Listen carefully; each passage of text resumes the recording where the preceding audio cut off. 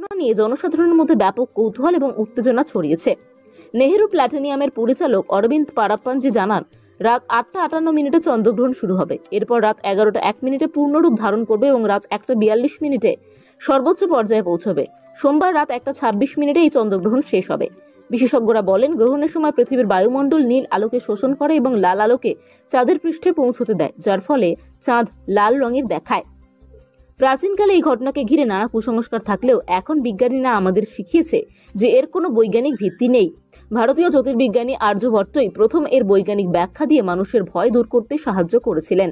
সূর্যগ্রহণের মতো এটি খালি চোখে দেখায় কোনো বিপদ নেই, তাই নিশ্চিন্তে এই রোমাঞ্চকর ঘটনার সাক্ষী হতে পারেন। যারা আরো ভালোভাবে এই দৃশ্য উপভোগ করতে চান তারা টেলিস্কোপ ব্যবহার করতে পারেন। শহরের আলো থেকে দূরে যে কোনো খোলা ছাদ বা মাঠ বেছে নিলে দৃশ্যটি আরো স্পষ্ট হবে। জ্যোতিষশাস্ত্রবিদদের মতে পূর্ণগ্রাস চন্দ্রগ্রহণের সময় কিছু নিয়ম মেনে চলা প্রয়োজন, নইলে হতে পারে বিপদ। জেনে নিন কি কি করবেন আর কি কি ভুলেও করবেন না। গ্রহণের সময় বাইরে কোথাও না যাওয়াই ভালো। নিজের ঘরে থাকুন, তবে ভুলেও শোবেন না।